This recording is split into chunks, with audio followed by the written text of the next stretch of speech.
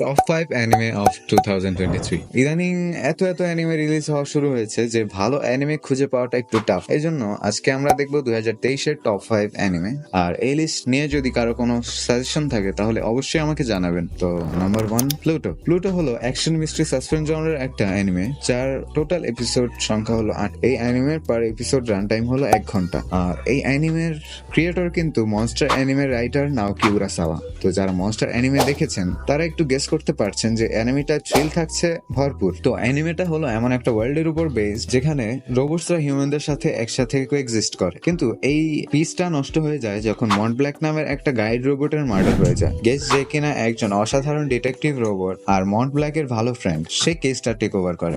তো এই লিস্টের নাম্বার 2 এ আছে ফ্রেডেন।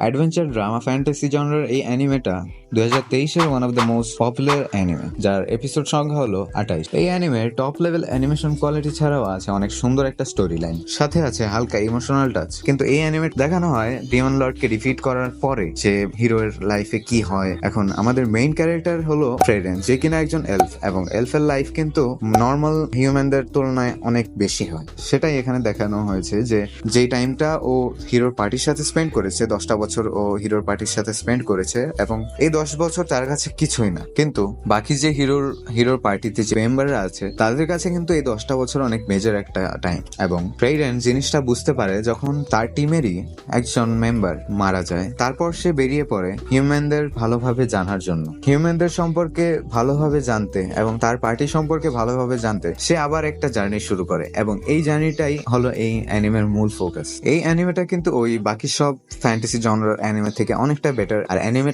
অ্যানিমেটা কিন্তু স্লো পেসড, এবং স্লো পেসড মানেই যে এটা বোরিং তা কিন্তু না। স্লো পেসড মানে সবার ব্যাকগ্রাউন্ড সুন্দরভাবে ডেভেলপ হবে। হয়তো এমনও হবে যে আপনি এতটা ইনভেস্ট হয়ে গেছেন যে কখন যে শুরু করার পরে যে শেষ হয়ে গেছে সেটাও বুঝতে পারবেন না। তো আমাদের নাম্বার 3 আছে ওইশিনোকো। ড্রামা সাসপেন্স জনরার মধ্যে অনেক ভালো একটা অ্যানিমে হলো ওইশিনোকো, যার টোটাল এপিসোড সংখ্যা হলো 11টা আর এভারেজ রান টাইম কিন্তু 30 মিনিট। এই অ্যানিমেটাও অনেকটা ডিফারেন্ট স্টোরি শো করে, যেখানে আমরা আইডল বা মডেলদের চাকচিক্যময় লাইফের পেছনের একটা কালো জগৎ দেখতে পাই। এই অ্যানিমেটা দেখানো হয় একজন সাকসেসফুল ডক্টর গারুকে, যে কিনা সামহাউ ওয়ের্ডলি ইনকার্নেট হয় তার ফেভারিট আইডলের ছেলে হিসেবে। তারপর গারু ওই আইডেন্টি নিয়েই নিজের মায়ের মানে তার আইডলের ড্রিম অ্যাচিভ করানোর রেসপন্সিবিলিটি নেয়। এখন গারু কি পারবে তার মায়ের ড্রিমটাকে অ্যাচিভ করতে, নাকি অন্য কোনো মিস্ট্রি আনলক হবে? আমি পার্সোনালি সাজেস্ট করবো এই অ্যানিমেটা দেখার জন্য। তো নাম্বার 4 এ আছে spy x family season 2। Spy x ফ্যামিলির নাম অবশ্যই আপনি শুনে থাকবেন, কারণ এটা রিলিজ হওয়ার পর থেকে one of the most popular and best comedy anime, যেখানে অ্যাকশন কমেডি তো আছেই। এই অ্যানিমেটা হলো হোলসাম আর কমেডি মোমেন্টসে ভরপুর।